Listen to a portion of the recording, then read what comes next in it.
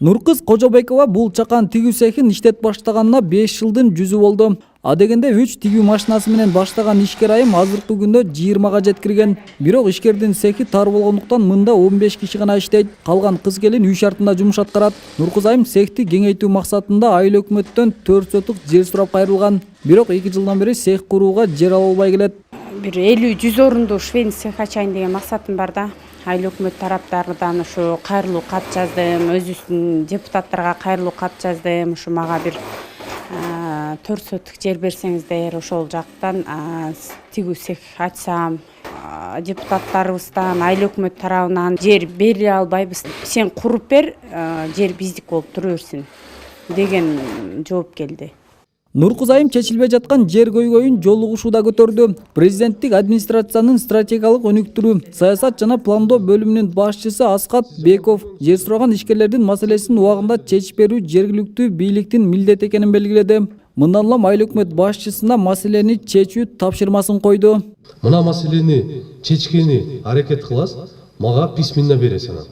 2-3 сотикти жерди бере албасаңыздар, анда эмне отурасыздар айыл өкмөттө? Ал эми айыл өкмөт башчыларынын белгилөөсүндө жерди трансформациялоо боюнча мамлекет тарабынан атайын механизм иштеп чыгуу керек. Анткени ишкерлер көпчүлүк учурда ыңгайлуу жерлерди сурайт. Ал жерлердин категориясы суулуу же кайракы болот. Ал категориядагы жерлерди пайдалануу боюнча уруксат министрлер кабинетинен өткөндүктөн көп убакытты талап кылат. Механизмин трансформация маселесин ушу азыр айтып аткан ишкерлерди айтып атпайбыз. Именно ушул жакты исключение кылып туруп, мамлекеттик деңгээлде комиссияны түзүп чыгып, ошол жерлерди аныктап туруп, анан мамлекет жергиликтүү администрацияга бериш керек трансформация маселеси.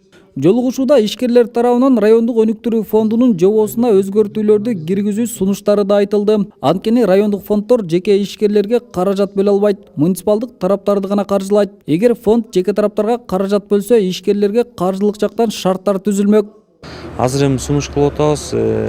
Ушуну бир жеке жактарга дагы каржылоого, если мындай коомго пайдасы келчү ишканалар болсо, ушун жеке жактарды каржылоого дагы өзгөртүү киргизип берсе деп.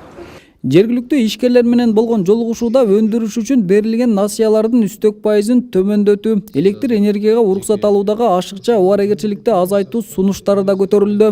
Дагы көп көйгөйлүү маселелер көтөрүлдү. Анын баарын биз өзүбүзгө жазып алдык. Ал боюнча биз тийиштүү иштерди алып барабыз. Бул көтөрүлгөн көйгөйлөр албетте президенттин деңгээлине чыгарабыз.